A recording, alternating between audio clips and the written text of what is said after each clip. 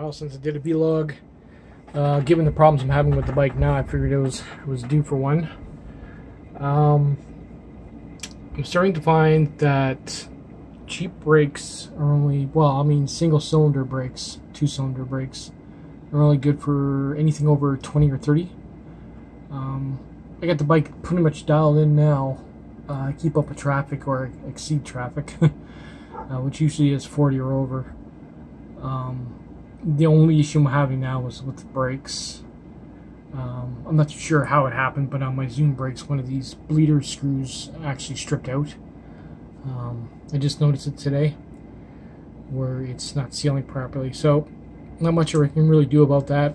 It's not the actual bleeder screw itself, it's the housing that's stripped out. I don't know if it's cracked or what, but every time I go to pull the lever for the back brake, it leaks out to the point where it gets air in the lines. So that's a problem. The other problem is knockoff brake pads.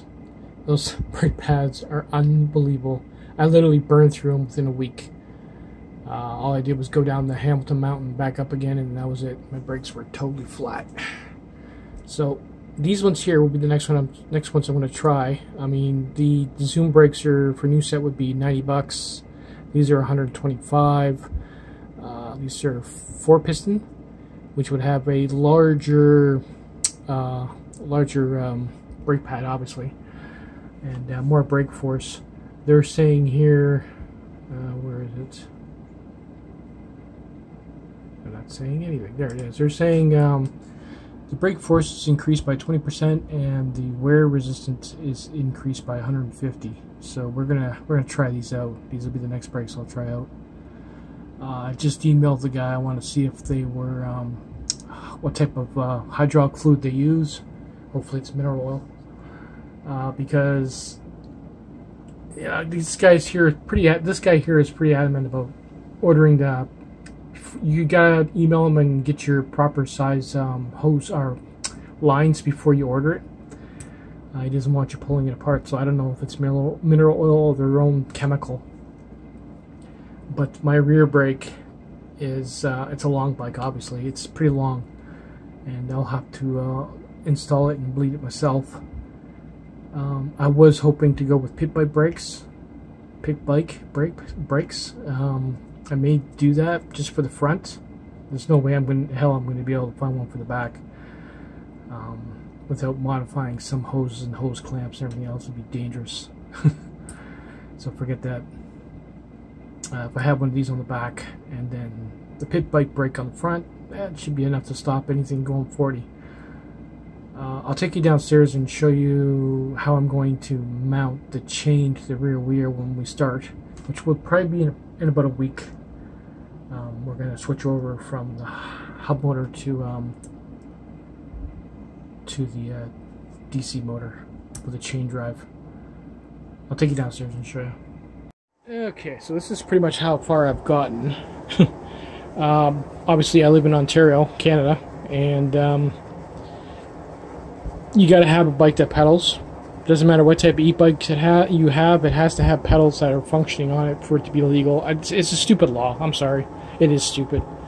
But, so the way I got to have this set up, or going to have it set up, is where this chain ring will be spaced.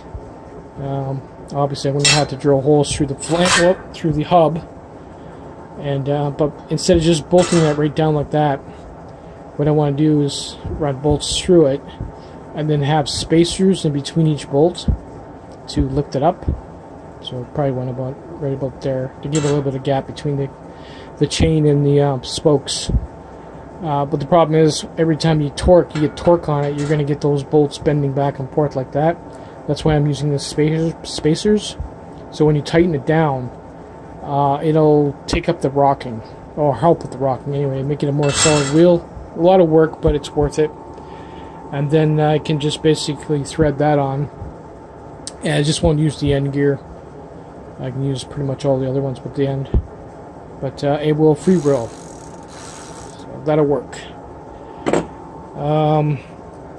I'm probably going to go with this one because it's more robust. I actually tried the one that came with the motor. It fits in the chain, but it's pretty sketchy. It's not very thick. Wouldn't last very long. This one here is actually designed for the motor. Chain I'm using is a 30 or 35. Problem is, a little bit of play in there, not a lot. So what I'm going to do is I'm going to put a sleeve of metal in there to make up the difference. Hammer it on, tighten it down, and then when I got it where I want and it's centered, obviously because it'll make up the gap there, I'm going to take my arc welder and I'm literally going to arc weld this thing on there and there. It's not going to move when I'm done with it. It's not designed for that, but who cares? It's either that or I was going to do with the belt drive, but like I said with the belt drive, running 70 volts through this, these teeth aren't thick enough. They got to be deeper. This thing would slip because I've seen it on the gas bikes, so I'm not interested in that. So it's going to be all chain drive, obviously. Like I said, the next couple of days the weather's supposed to turn, and when it does, I'm just going to say forget it and bring the bike in, and we'll start working on this project. I'm going to still have to do some welding. I'll have to weld a plate for this motor to mount to, drill the holes, bolt it down. I need to weld, or not, I need to spot weld the sprocket on there. It's permanent. God knows what I'll have to do up here. But then I gotta leave a little bit of room so I can actually test it outside when the weather is somewhat decent. So, anyway, that's pretty much what I've been up to. Give me about a week, and we'll get started. Take it easy, guys. Oh, I forgot to mention, I think I got more than enough parts to get started. Chains, belts, big chains, small ones. We're good.